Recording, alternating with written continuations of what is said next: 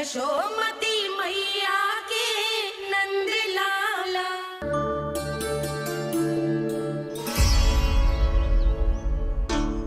विष की काट की मेरे पास जितनी जड़ी बूटी थी मैंने सब अर्क बना के पिला दी, पर इसकी दशा में अभी तक कोई सुधार नहीं दिख रहा है। यह अंतिम जड़ी बूटी है, अगर इससे भी चमत्कार नहीं हुआ तो फिर जो नारायण की इच्छा।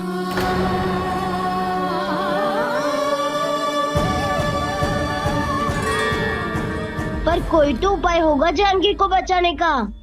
कान्हा, यदि तुझे किसी औषधि के बारे में पता है हमें बता दे, हम जाके ले आएंगे।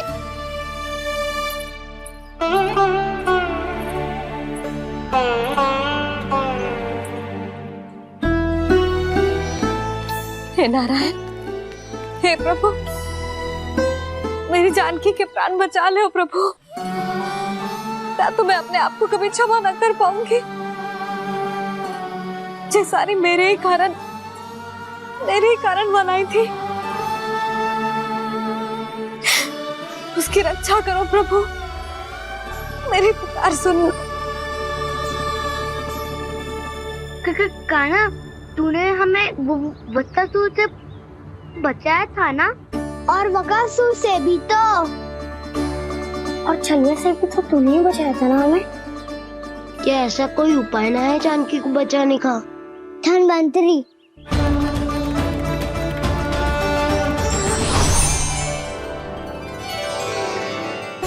मैं आ गया हूँ प्रभु, चिंता मत कीजिए,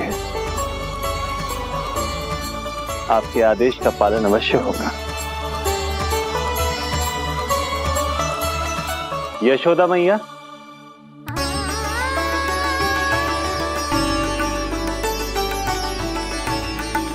मैया आपको कोई पुकार रहा है।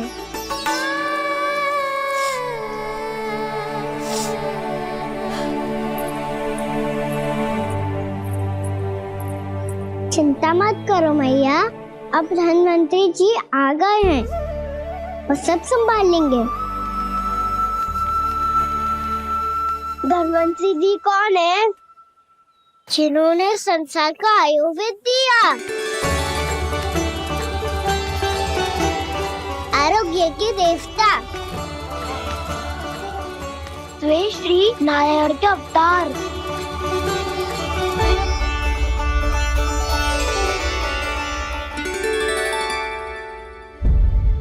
मुझे पता चला है कि आपको वेद की आवश्यकता है। हाँ हाँ, भीतर आइए। आइए आइए बैठे जी। जी रहे। मथुरा का सर्वश्रेष्ठ वैद्य अर्थात मैं यहां आ चुका हूं और रोगी को जितनी औषधि की आवश्यकता थी सब दे चुका हूं। निश्चित रूप से आपने विष की काट के लिए बहुत ही उत्तम अर्क तैयार किया है, इसीलिए किसी और वैद्य की आवश्यकता नहीं है। किंतु आप अकेले कितना कुछ करेंगे वैद्यराज, मुझे अपना सहायक ही बना लीजिए। पर जो करना था मैं पहले ही कर चुका हूं। हाँ, वो तो आप कर चुके हैं, बस रोगी के तन से विष निकालना शेष है ना वैद्यराज? हाँ हाँ, बस वही शेष है। इनके रक्त को विष रहित करने में मैं आपकी सहायता करूंगा। पहले ये संजीवनी मानी जाने वाली इन लाल फूलों की बूटी को भी घिसना है ना?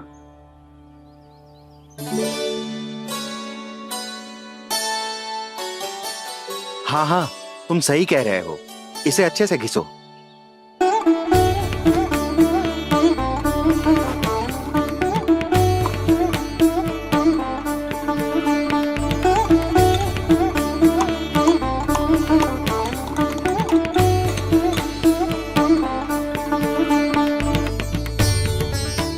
और ये नीले फूलों को भी तो मिलाना है ना? हाँ हाँ, अच्छे सहायक बन सकते हो तुम, ऐसे ही श्रम करते रहो।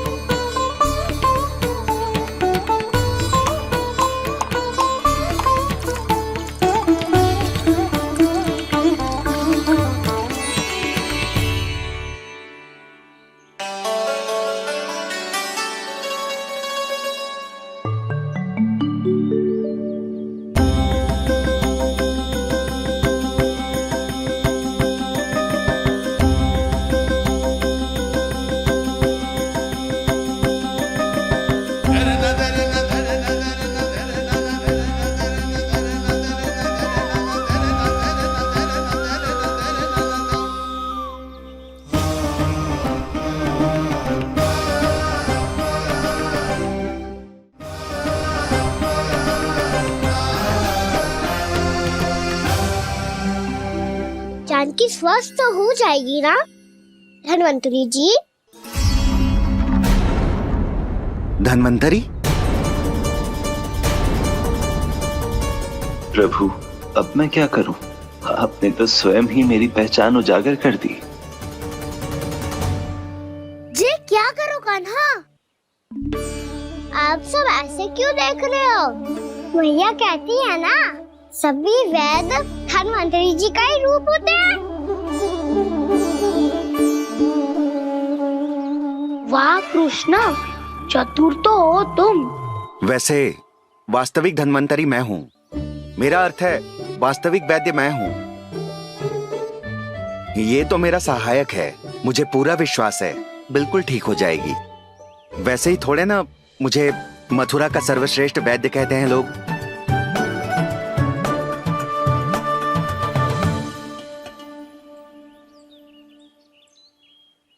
जसोदा भाभी, जसोदा जी, जानकी को चेतना आ गई। जानकी, जानकी, जानकी, तू ठीक है ना? क्षमा करना भाभी, मैं आपके लिए जल ना ला पाई। बस बहुत भूख लगी है। मैं अभी कछु लाती हूँ। जानकी माखन खाओगी?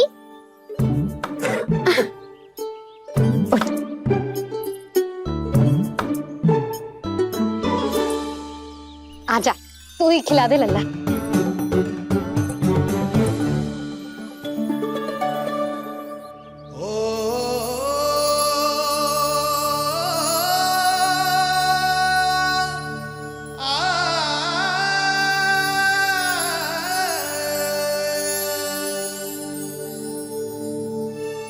तुम सब मेरे लल्ला को माखन चोर कहती हो ना? आज देखो, अपना ही माखन जानकी को खिला रहे है।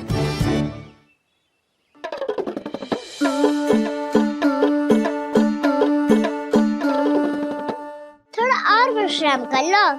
सदैव तुम हम सबकी सेवा करती हो, आज मैं तुम्हारी सेवा करूंगा। जानकी की जिद ऐसा तब हुई जब जय यशोदा काकी की सेवा कर रही थी, और अब देखो स्वयं भगवान ही इसकी सेवा कर रहे हैं। जानते हो इससे क्या सिद्ध होता है? जो भी यशोदा मैया की पूजा करेगा, अर्थात अपने माता पिता की सेवा करेगा, उनके साथ सम्मान से व्यवहार करेगा, ईश्वर स्वयं उसका ध्यान रखेंगे। कभी धन्वंतरी के रूप में तो कभी स्वयं कान्हा के रूप में। भक्त और भगवान का देखो कैसा ये अनुराग, स्वयं करे सेवा प्रभु, अद्भुत गोपी का भाग्य। प्रभु इन सब पृथ्वीवासियों से कितना घुल मिल गए हैं। ना तो ये प्रभु को भगवान मानते हैं और ना ही प्रभु अपने आप को इनसे सर्वश्रेष्ठ समझते हैं। अपने आचरण से ये सिद्ध कर रहे हैं कि ये सभी में हैं और सभी इनका ही अंश है।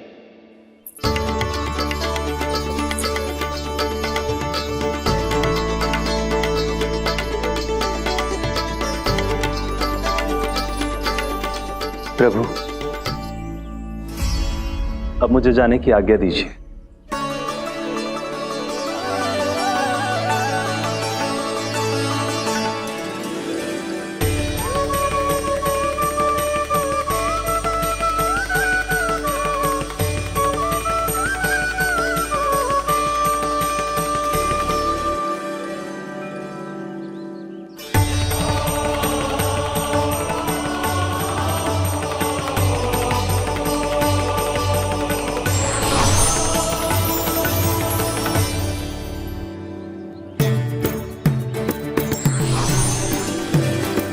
कान्हा ने तो सच्ची में धन्वंतरी जी को बुला लिया था।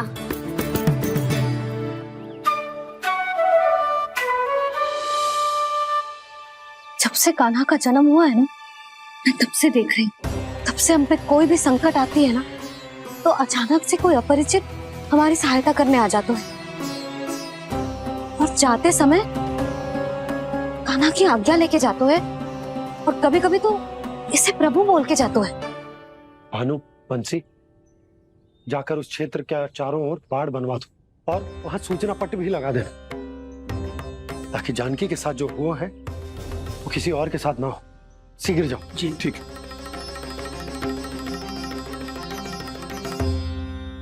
बाढ़ और सूचना पट लगवाने से समस्या का समाधान नहीं होगा बाबा। निर्दोष पशु सूचना पट देखकर भी कुछ समझ नहीं पाएंगे।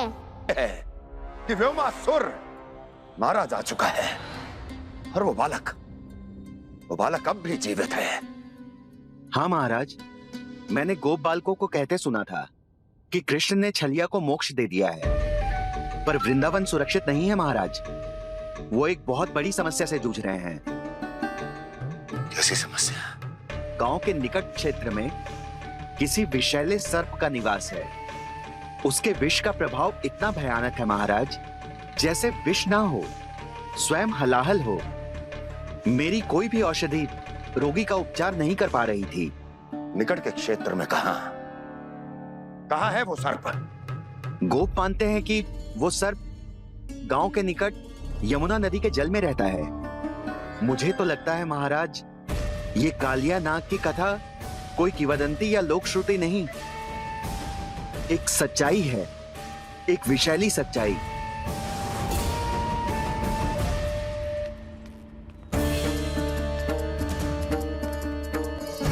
कालिया का सामना करने का समय आ गया है, पर उससे पहले मुझे बुलाना होगा उन्हें।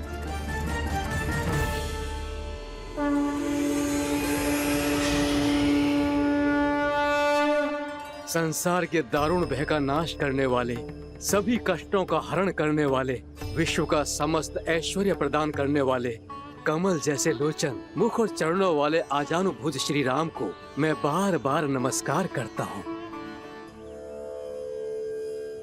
आपदामपहर्तारं दातारं सर्व संपदाम लोकाभिरामं श्री रामम भूयो भूयो नमाम्यहम्। कागभूषोंडी कागभूषोंडी कागभूषोंडी। प्रभु क्षमा करें, मुझे जाना होगा।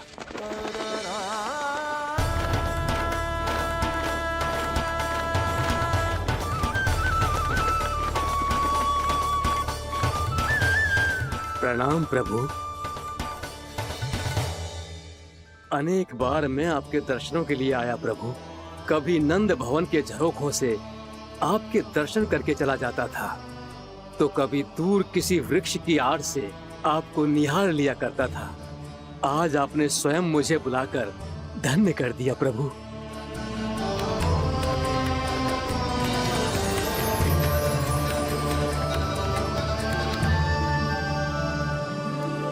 मैंने आपको यहाँ एक विशेष कारण से बुलाया है। आपके श्राप से इस कालिया नाग को मुक्त करने का समय आ गया है। ये तो बहुत ही उत्तम समाचार है प्रभु। इतने वर्ष बीत गए, मुझे आज भी स्मरण है वो दिन जब मैंने उन्हें श्राप दिया था। अपने क्रोध पर नियंत्रण खोकर बहुत बड़ी भूल कर दी थी मैंने प्रभु। बीती हुई घटनाओं पर दुखी होके कोई लाभ नहीं है। हमें भविष्य की ओर देखना होगा।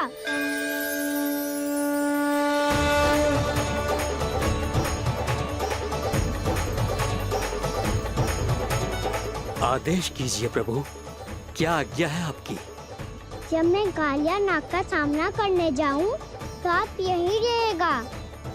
आपको अपने आप पता चल जाएगा कि कब क्या करना है। और हाँ, लौटते जाते समय नारद मुनि से कहिएगा, वो आकर मुझसे भेंट करे। अवश्य प्रभु, प्रणाम। क्या इसने सच्ची में देवर्षि नारद को बुलाया है? नारायण नारायण। आपको संदेश भेजने की आवश्यकता नहीं थी। आप स्मरण करते और मैं चला आता। तुम्हारा कल्याण हो नारद।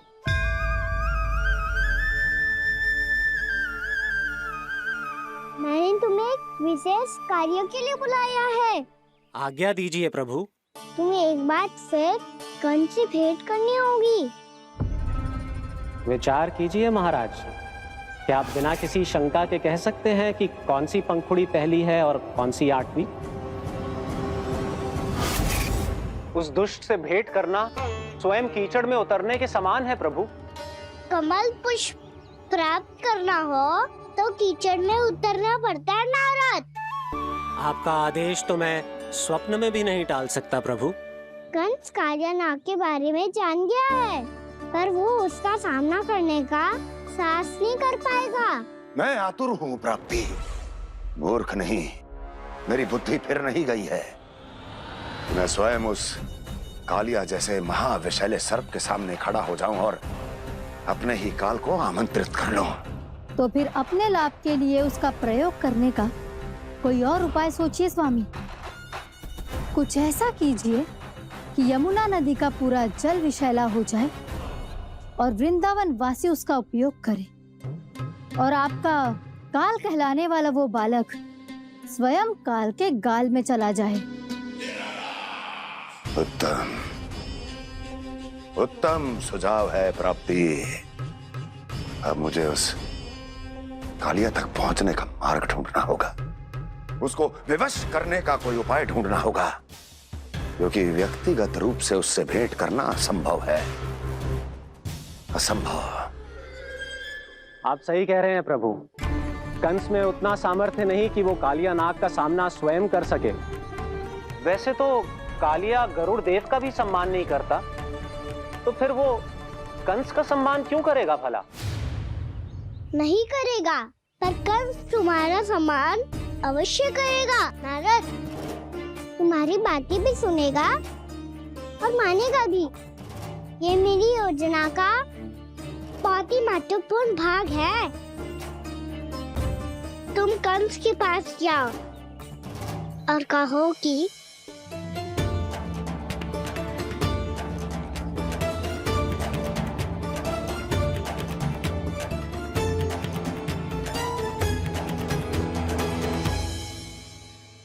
संतान अपने माता पिता को तीर्थ का सौभाग्य दिलाती, और मेरा लल्ला कितना महान कि उसने हमारे घर को ही तीर्थ बना दिया।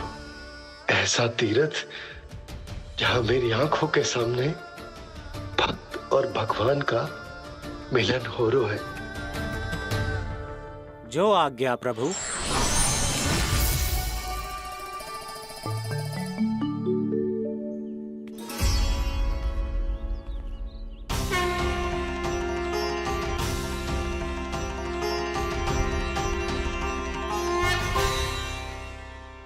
बाबा, कान्हा, ये सब क्या चल रहा है? पहले काग भुसुंडी जी और फिर जे नारद जी। क्या योजना बना रहे हो तुम?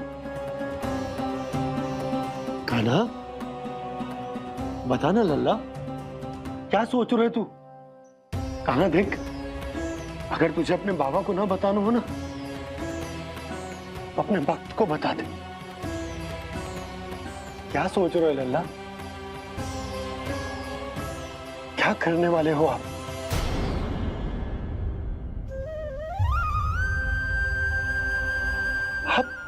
आप इतने दुखी क्यों हो? खाना? खाना? क्या होगा? क्योंकि मुझे आभास हो गया है बाबा, समय आने वाला है। कौन सा समय आने वाला है लल्ला? शीघ्र ही सब कुछ बदलने वाला है।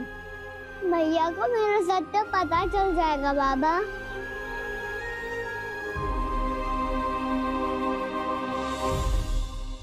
पर लल्ला, इसका काग भुसुंडी और कालिया नाग से क्या संबंध है?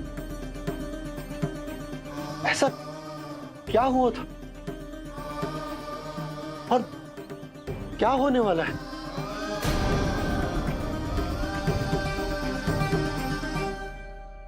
जो होने वाला है बाबा, उसका संबंध उससे है जो सैकड़ों वर्ष पहले हुआ था। महर्षि भृगु के एक वंशज थे वेद शिरोमणि, जो विंध्याचल की पहाड़ियों में साधना कर रहे थे। तभी वहाँ अश्वशिरा नाम के एक दूसरे मुनि आमंत्रण के बिना ही आ गए। कितना सुंदर और शांतिपूर्ण आश्रम है। यहाँ प्रभु की साधना करने में बहुत आनंद आएगा। शीघ्र ही अश्वशिरा मुनि उपस्थिति के कारण होने वाले व्यवधान से बाध्य होकर वेद शिरा मुनि ने अपनी आंखें खोली। कौन हो तुम और यहाँ क्या कर रहे हो? आपके आश्रम में बहुत शांति है मुनिवर। साधना करने के लिए बहुत ही उत्तम स्थान है ये। मैं चाहता हूँ कि मैं भी यहाँ। आप यहाँ साधना करना चाहते हैं, लेकिन इतना भी नहीं जानते कि किसी के आश्रम में प्रवेश करने से पहले उसकी आज्ञा लेनी चाहिए। आप ये भी नहीं जानते कि यदि कोई यज्ञ कर रहा हो तो बिना अनुमति के वहाँ प्रवेश करने से उसकी यज्ञ साधना भंग हो सकती है। आप क्या साधना करेंगे मुनि? आप तो साधना के योग्य ही नहीं हैं। इतना अपमान! एक मुनि के मुख से इतने कड़वे शब्द शोभा नहीं देते। मैं तुम्हें श्राप देता हूँ, जितनी विषैली तुम्हारी जिह्वा है उतने ही विषैले सर्प बन जाओ तुम। और ऐसा सर्प जो सांस भी ले तो निकट का वातावरण दूषित हो जाए। तुम्हारे इस दुस्साहस के लिए मैं तुम्हें श्राप देता हूँ कि तुम अभी इसी क्षण कौवा बन जाओ, और ऐसा कौवा जो कांव कांव करके अनर्गल प्रलाप करता रहे।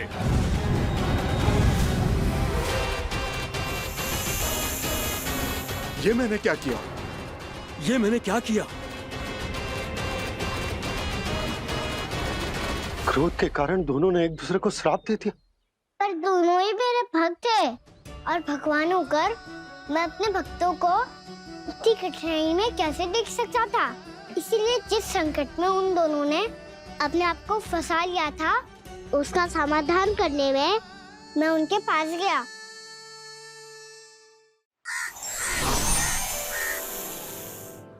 देखिए ना प्रभु, ये क्या हो गया हमसे। हमारी रक्षा कीजिए प्रभु, मार्ग दिखाइए हमें। क्रोध पर नियंत्रण ना होने के कारण आप दोनों ने एक दूसरे को बहुत ही भीषण संकट में डाल दिया है। अब दोनों ही तपस्वी, तप के बल से दिए गए आपके श्राप को लौटाना भी संभव नहीं है। प्रभु कोई तो उपाय होगा, हम आपके शरण में हैं प्रभु। अपराध तो हमसे हुआ है प्रभु, पर अब आपसे ही आशा है। कुछ ऐसा कीजिए भक्त वत्सल, जिससे हम दोनों के श्राप का प्रभाव कुछ कम हो जाए। आप दोनों ही मेरे भक्त हैं, इसलिए आपकी पीड़ा का निवारण करने का एक उपाय है मेरे पास। वेद शिरोमणि, जब आप कालिया नाग बनेंगे तो आपको मेरे चरणों को अपने शीश पर धारण करने का सौभाग्य मिलेगा। और अश्व शिरोमणि, आप काग योनि होने के बाद भी आप श्रेष्ठतम ज्ञान और सर्वाधिक यौगिक सिद्धियों के स्वामी होंगे और प्रवचन दिया करेंगे। इसके बाद अश्वशिरा मुनि काकभूषुंडी बन गए, जिन्होंने आगे चलकर स्वयं गरुड़ देव को रामायण सुनाई। और मुनि वेदशिरा महर्षि कश्यप और देवी कत्रियों के पुत्र कालिया नाग बनकर जल में।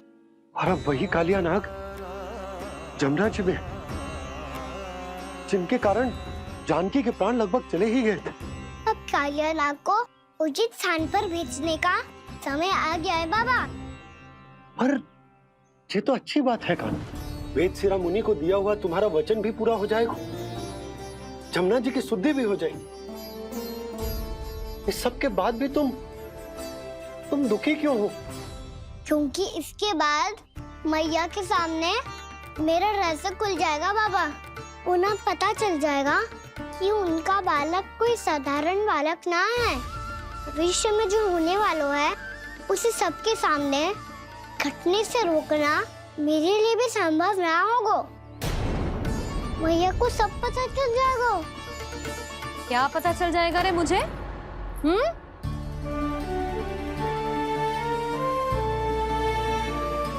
यही कि सबसे अधिक प्रेम मैं आपसे ही करता हूँ।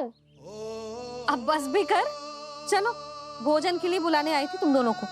भूखा थोड़े ना रहने दूंगी अपने लल्ला को, मेरा लल्ला दुर्बल हो जाएगा ना। आप खिलाओगे तो ही खाऊंगा। हाँ ठीक है, मैं ही खिलाऊंगी। अब चल, आओ जी, चल।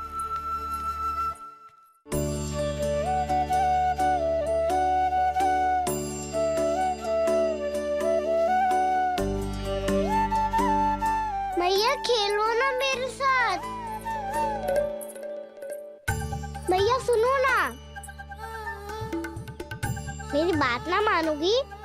अभी बहुत कार्य पड़े लल्ला, देख जानकी को औषधि भी देने जानो है ना। औषधि मैं दे दूंगा, फिर तो खेलोगी ना आप मेरे साथ? पिछले कुछ दिनों से अपनी मैया का अधिक से अधिक प्रेम पाने का प्रयास करो है कान्हा। इसका तो एक ही अर्थ हो सकता है कि कछु बहुत बड़ो होने वालों है। कान्हा रुक जा लल्ला। कान्हा क्यों तंग कर रहे, मैया को पहन लेना। कान्हा, कान्हा, ये क्या करो तूने?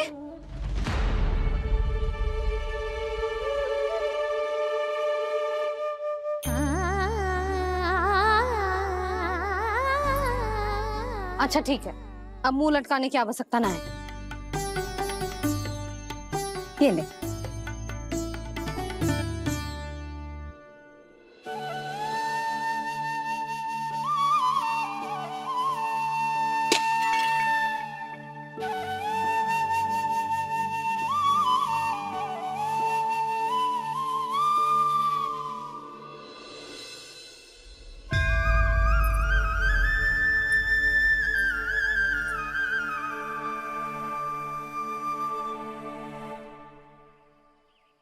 तंग करे मैया को खिजाए, खेले रूठे मनाए, लीला अनोखी करके शरारत, कान्हा दंड भी पाए।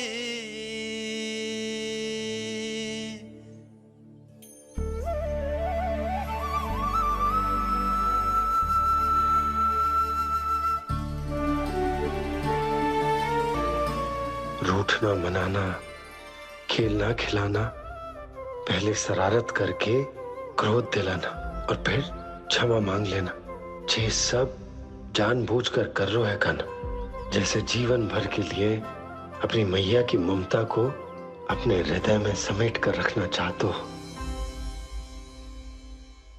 कैसे कैसे करूं उस कालिया से मित्रता, कैसे करूं उसका उपयोग?